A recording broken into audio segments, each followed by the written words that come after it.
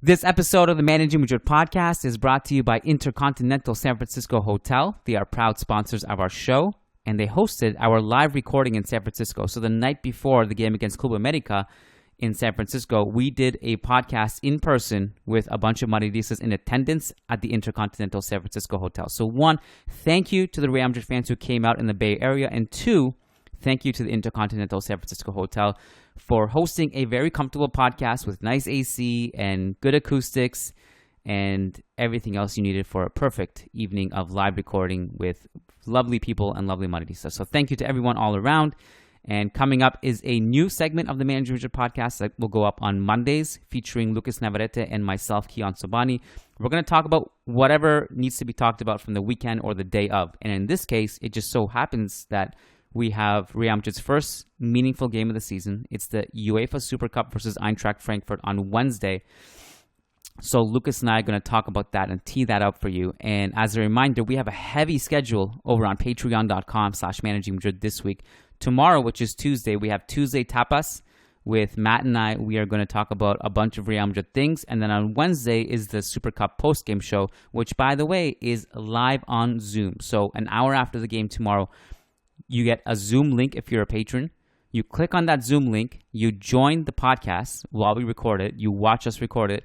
But you can also ask us questions face-to-face at the end. And also, there's a chat box in the Zoom call where a bunch of Real Madrid fans just talk to each other. And it's just a ton of fun. It's the highlight of these podcasts, actually. It's been a huge hit since we started doing them last year. So for access to that live, but also if you can't make it after the fact, the actual recording itself, go to patreon.com/Managing Madrid, sign up in advance. And then on Thursday, also on Patreon, is the world-famous Real Madrid mailbag where Lucas Navarrete and I answer questions. So enjoy it this week. Thanks for being part of the Real Madrid family. We see you on the inside. And today's show, again, is a UEFA Super Cup preview with Lucas and I. So let's get started with the voices of Derek Ray and Ray Hudson. Let's go. Nice article in the Managing Madrid blog. Wonderful lads that do a great job there. And worth reading about that man there. Karim Benzema needs to rest, and the numbers reveal why. Times ended up almost looking like a 6-3-1. Some very good writing about that on the Managing Madrid website. First rate podcast as well. Of course, Fede Valverde was a huge part of the equation.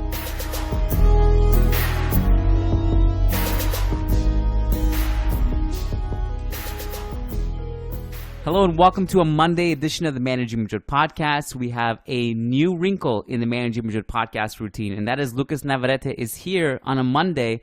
And it just dawned on me, Lucas, that for those who aren't patrons who get to listen to your glorious voice every single Thursday over on patreon.com/Managing Madrid, this may be the first time they hear your voice in podcasts because this one is going up on a Monday. So first of all, welcome to the show. How you feeling? How was your weekend?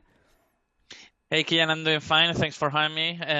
Glad that this is the last weekend without, regular football, without La Liga and all that. So happy to have football back.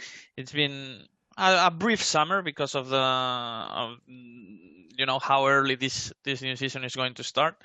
It's always good to have real football back, given that I don't give that much importance to pre-season. It's definitely a bit strange to not have to not be completely free on the weekend anymore. It's like people have been asking me what's up next weekend, what are you doing this day, that day, and the league is started. I just take a peek at the schedule and I nearly black out at how busy it is, especially depending if you want to watch other games. I was looking at the September 1st weekend, whatever the first weekend in September is, because my wife asked me to do something, and I looked at it, and it was like every single game I want to watch back to back to back to back to back, including Real Madrid, and then Barcelona, Sevilla in the evening. So, anyways, it's just the madness is upon us. So we're gonna start with talking about Eintracht Frankfurt on Wednesday. The first time, Lucas, we've played them in an official game since the 7-3 in 1960. Does that blow your mind at all? Well, it's crazy. It's a crazy fact, given that, I assume that they were qualified to some editions of the Champions League during these years, but luck hasn't been, and also friendlies, by the way, but luck hasn't been on on both team sides in terms of facing this squad. Obviously, familiar links between the two clubs with that Champions League final back in the day. Also, Vallejo playing there a few years ago. Jovic, obviously, a huge star coming out of Eintracht Frankfurt years ago. So it should be a good one. Yeah, it's crazy how much has changed even since the Jovic era. And what's happened to Jovic since after that incredible Europa League run he had in 2019, I think it was, right? 18, 19, yeah. whatever. The 7-3, by the way, I mean, it's just a good time to remind people that this is literally one of the most famous games in football history. And in case you're interested in knowing more about that final, about 3 years ago, me, Om, and Matt went back and watched that game and then did a post-game podcast about it. And we actually tweeted that out from the Managing Madrid account, which you can go and click on and listen to it in case you're interested. It really is truly a special game where the whole world was blown away.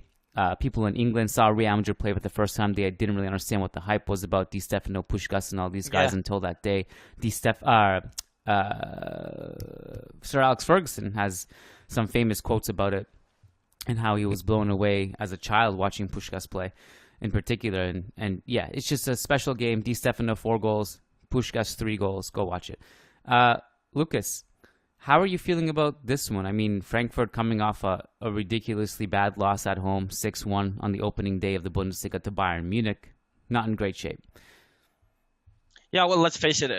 Real Madrid are clearly the favorites in this one. It's not like this is one of the most even Super Cup finals we've seen over the last few years. You know, we've seen in the past Real Madrid facing the likes of Manchester United, even though obviously they weren't the high quality Manchester United team that we've known for a while. Given that obviously they qualified to that Super Cup final through winning the Europa League. But anyway, again, this is it's hard to get rid of the feeling that this is just the last game of the preseason, even though obviously a big title is at stake. But considering how big of favorites Real Madrid are right now, I think it will be quite a surprise if Real Madrid struggle or don't find a way through during the first half even of this game. We shouldn't take obviously Eintracht Frankfurt lightly. I think that obviously they have started their season a week earlier than Real Madrid, and they should be ahead of schedule in terms of fitness and conditioning and all that. So maybe they have the upper hand there. But again, I think Real Madrid should definitely be the favorites in this game, and it's hard to get rid of this feeling that this is the last preseason game. It'll be really interesting to see. Like, I have a couple things that I'm circling in terms of themes that I'm curious to see. Not that it really matters. Like, in some ways, I feel like this conversation we're having now with regards to, like, for example, what Frankfurt did against Bayern Munich and all that stuff is going to be completely irrelevant to our season. So it's just a note in passing. But one of the takeaways I took from that 6-1 loss they had at home to Bayern, after, by the way, having a decent start to the season, they won 4-0 away from home in the German Cup on August 1st. That was their first game of the season, mind you, was against a team named FC Magdeburg. So take that for what you will. But Mario Götze had a good debut in that game. In the 6-1, it was like a stark contrast to the Frankfurt I remember seeing against Barcelona in the Europa League, which was pretty compact and really good on the counter. And what I took away from the 6-1 was that Bayern were brilliant, first of all, so I don't want to diminish that. I mean, they gave Frankfurt how help. good were they with Lewandowski? I didn't watch the game. I thought, like, the combination of 4 players in particular, but really to expand on it more. Like, so, for example, Mane, Musiala, Gnabry, Müller, those 4.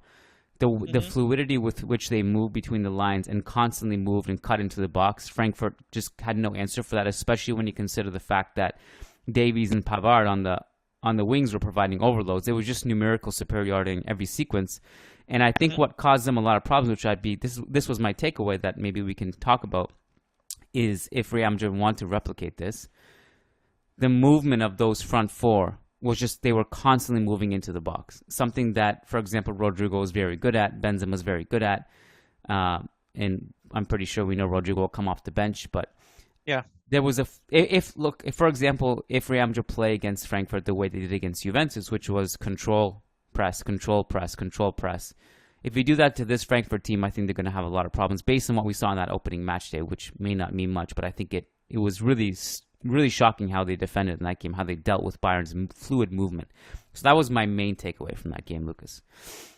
Yeah, well, and from what I'm understanding of your takeaways and your analysis of that game is that I wouldn't consider this game as a good fit for Valverde on the right wing necessarily. We know that Ancelotti right now is willing to take another chance on the guys who got the job done not only in the Champions League final but also during the last third of the season probably. So, but again, if we are probably preparing for this game and taking this game very seriously and all that, I don't think Valverde would be a nice fit on that right wing in comparison to Rodrigo, who would give obviously more versatility and more mobility to the attacking trio. I don't know what your thoughts are on this particular matter. I think generally speaking, Rodrigo obviously is the more pure right winger, right? And I think just his ability to break lines and go at attacker players, overall, yeah, and make those runs in the box, Rodrigo is clearly superior. I do think it's interesting that. Because obviously it's no surprise that we're going to see the quote-unquote Gala 11, at least from last year, play this game. But I did think it was interesting to hear Ancelotti's explanation as to why he's going that route for this game. He said this in the preseason, that he feels that the Super League is an extension of last season. Like, this is a game of last season. And he feels like he's basically pretending that this game is happening last season as an extension of it. And that's why he's starting those players that won in the Champions League. And so I guess my point is, because I know you and I were talking about this off air and we want to talk about it today, the fact that I think we both feel that Rudiger is a deserved starter.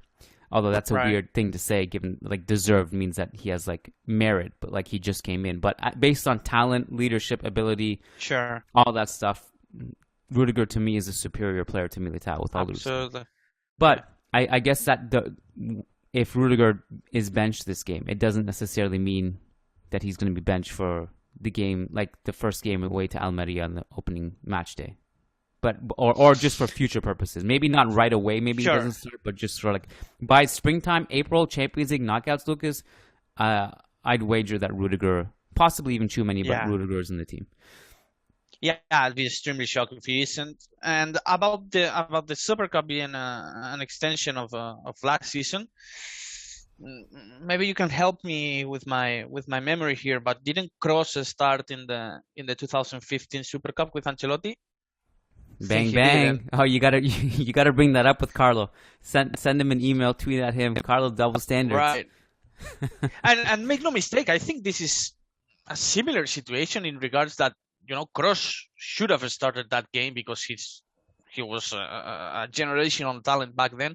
Rudiger is not that huge of a player, but to me he's the best defender on the squad right now. So situations are not that different, in my opinion. I think that Kroos was absolutely right starting that game. Real Madrid needed him, and obviously became a big part of what Real Madrid accomplished in the years after that particular game. And I think, you know, you could possibly say that Rudiger has a similar case in terms of whether or not he should be starting in this game. Tchouaméni is a different animal in this case. I think he's still young and maybe needs a little bit more of experience alongside his teammates. Obviously, a crucial spot in that midfield to play alongside Kroos and Modric. So forget about Tchouaméni in this kind of argument and situation right now. But Rudiger, I think, should definitely be a part of the squad against Eintracht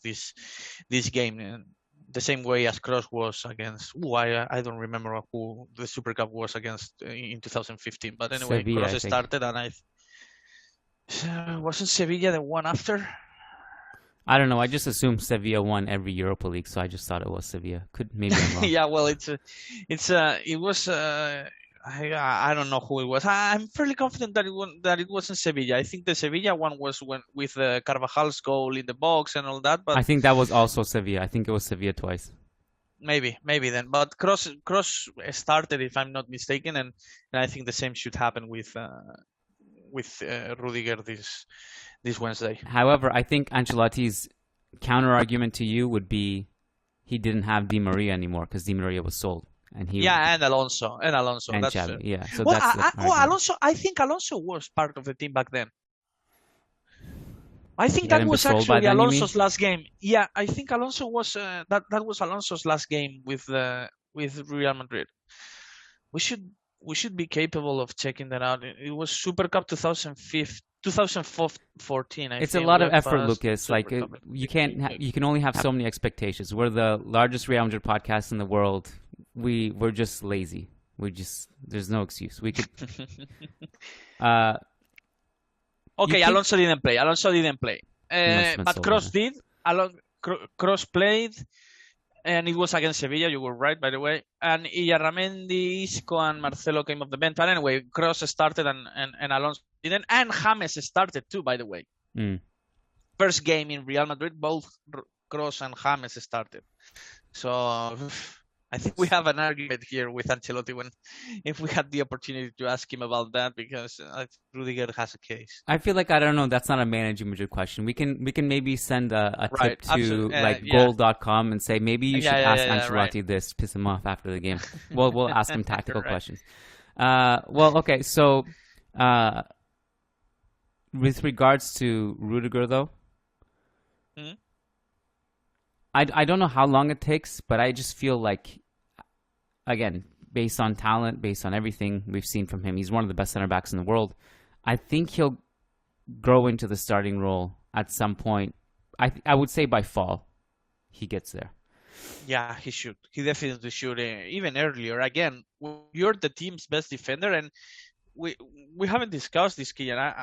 I wasn't that impressed about Real Madrid's defensive performances last season, and it's hard to say this when you won the Champions League and La Liga, and actually not conceding a single goal against Liverpool in the final. But we all know the reason behind that success, that defensive success late in the season. Courtois was an historic player for Real Madrid. Actually, had he played like that for the entire season, not that he was mediocre or anything within the first few months, but had he kept that up for the first few months of the season, we could be talking about a potential Ballon d'Or candidate, given the kind of performances he put on. So, but in order for him to play that well, you need to have, opposition need to have chances, and if opposition are having chances, that's because your defensive performances haven't been that great. So Rudiger is an immediate upgrade to the squad Real Madrid had last season, and Ancelotti should not judge Real Madrid's success last season based on only success, and he should take a look at how the defenders played in particular. And I wasn't that impressed with Real Madrid's defensive line last season. I agree. Like, so I might as well just spoil it. We're doing a Managing Madrid roundtable, and Matt is spearheading the questions. All the staff are providing their answers. I think that'll be posted tomorrow or this week or something. And one of the questions Matt asks is, what is your, I think it was hot take maybe for next season? Yeah. But my hot take, I don't even know if it's that hot, but I actually think we'll be a better team next season, which means we'll be better defensively and offensively. What that means for our trophies is out of my control, because other teams might be better, or we might have some bad luck or whatever. But I actually think defensively we'll be better. And Rudiger and Tchouaméni are two of those reasons why. And I also think we'll be a better ball-winning team. And also, you're right. So part of the reason why we were very conservative with our defense last season in the Champions League. And I would argue that our best moments came, I don't even know if this is not really an argument. It's probably a fact. Our best moments came when we flipped out of that shell, brought on Camavinga off the bench, and started to take the team to the opponent, and to take the game to the opponent. And in those moments where we were more conservative and defensive, we were in our heads and conceding a lot of chances and relying on heroics from Courtois. And I think that's where there's room for improvement defensively, is that less reliance on heroism and leaving that as a bonus, as your last ditch. last line of Absolutely. defense. Courtois just acting like an octopus, giraffe, whatever it is he is. Absolutely. The reason we were talking so much about Courtois is because Carvajal, Militao, Alaba, and Mendy and Casemiro weren't that reliable defensively. So, and possibly, as you mentioned, Tchouaméni are instant upgrades. Tchouaméni might require a little bit more of work in terms of gaining experience, composure. We know that he's not an experienced player internationally, but Rudiger is not. It's not a question to me whether or not you actually bench Militao or Mendy to fit Rudiger in the 11 or Alaba. Doesn't even matter to me. We've been vocal about this in the past, but I'll say it once again. I would probably bench against most of the opposition. I would probably bench Mendy and start Alaba on the left back spot to fit both Rudiger and Militao in the center back. But it seems that Alaba is not that willing to take on that spot, given that the first position we saw Rudiger wearing Real Madrid's jersey on was on the left back spot. So it seems clear to me that Alaba is not going to play as a left back anymore. But anyway, if that's actually what you're going to do, then definitely Rudiger and Alaba playing together and benching Militao is probably the way to go. It's interesting because I'm looking at the Who Scored website, and I always take a peek at because Who Scored a day or two before the game, they have some quick notes on which missing players, who's injured, who's doubtful. And on the Real Madrid side of things, they have a note says, quote, Antonio Rudiger could start for Los Blancos, though that may come at the expense of David Alaba, but Aurelian Tchouaméni is likely to start on the bench. So they have Rudiger starting as left center back over Alaba, and I just feel like they probably don't really have an inside scoop on that. Yeah. Absolutely. I agree. If Rudiger were to start, I think Militao is definitely the one moving to the bench. Yeah. Any other pregame notes you wanted to share? Well, I'm just very interested in seeing what Ancelotti is, maybe not for this game because it's just one game and it's very early in the season and whatever we want to discuss and add to that particular matter. But I'm very interested during this first few games of the season in seeing how Ancelotti is going to accommodate players like Rodrigo, Valverde, Camavinga, and obviously Tchouaméni. All four of those players need heavy minutes this season to keep developing. They've earned those minutes. Tchouaméni obviously earned them away from Real Madrid, but his price tag is there, and he speaks volumes towards the faith Real Madrid have in him as a prospect. And obviously Ancelotti is going to have to find in these four players minutes, and I'll be very curious to see how he does that during this first few games of the season, given that last season he didn't rotate as much as we probably hoped. And one of the things I'll be really interested to keep an eye on is I'd like to see more of what we saw against Juve. And not just from a results. I don't mean that in the sense of I want us to see us get a W like we won against Juve. I'm talking about the style of play. I want to see it. I want to see if we can sustain it and if this is something real that we can rely on and not just a slight blip in our more conservative approach. I think we have the tools to be more aggressive. I'm writing about it. Yeah, the entertainment. The entertainment aspect of how overall entertaining that the match against Juve was is very important for Real Madrid. I think the team needs to find a way to play like that more often, and we'll see if the coaching staff and obviously the players implement that style throughout the first few games of the season without obviously suffering much on the defensive end, given that Ancelotti tried to implement that style during the first few games of the season, but realized that he couldn't do it with the personnel he chose. So maybe Real Madrid will find a way to do it this season. Yeah. Super interested in that. This is going to be awesome. It's going to be really fun to do actual post-game stuff again and pre-game stuff and treat this like a real game and not a preseason game. So we'll have it completely locked down on Managing Madrid. Post-game quotes, analysis, player ratings, podcasts, everything. Podcast live on Zoom, by the way, so make sure you're a patron to get access to that. yeah, Lucas, I'm looking forward to this possibly new Monday tradition of having you on Mondays and Thursdays. So that'll be a fun little wrinkle heading into this season. So yeah, me too. Mondays will be busier than this Monday, given that it's obviously right after the weekends with all La Liga games coming up, also internationally and all that. So it's true that this one we only had to preview the Super Cup game, but the rest of the Mondays should be pretty entertaining. Yeah. I'd argue Mondays are actually the busiest day. Like in terms of talking points, Monday will just be like we'll be hit with a tsunami. So moving forward, we could be regretting getting into this, but I think it'll be nice. It's nice to have just one extra day to talk about things, so it doesn't build up. It's just taking baby steps and little bites instead of a huge bite like once a week.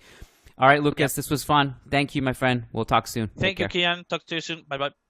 All right, before we wrap it up officially and send you along on your way on this fine Monday, we wanted to give a shout out to our patrons over on patreon.com/Managing Madrid, specifically to our $10 plus patrons who not only get guaranteed responses to their questions, but also get a specific shout out on the podcast. So shout out to Brandon Alvarez, Willie Reed, Wei Pairing, Wamik Jamal, Umar Mahadi, Tyler Simon, Tobias Arroyo Botcher, Tariq Goktas, Talib Salhab, Tahmid Kalam, Sujai Wani, Sumanchu Singh, Shivam Tiwari, Sherry Soriol, Sheikh Hatiri, Shamil, Shabaz Sharapov, Sergio Arispe, Santos Solorzano, Samuli Justin, Samir Z, Said Mahad, Sai Mohan Sasi Kumar, Rodrigo Balmaceda, Rishi D, Phoenix, Peter Powell, Paulo Fierro, Patrick Odayafari, Oscar Barrera, Nico Laxo, Nicholas Zapatero Zubiare, Nicholas Moller,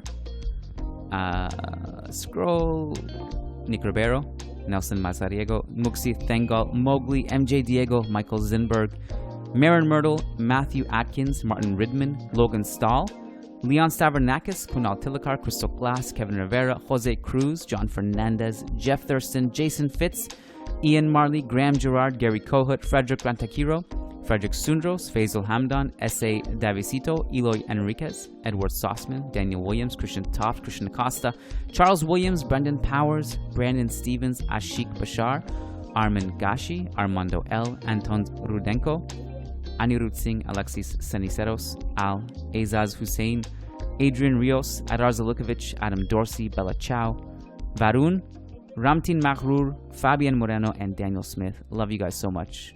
Hala Madrid.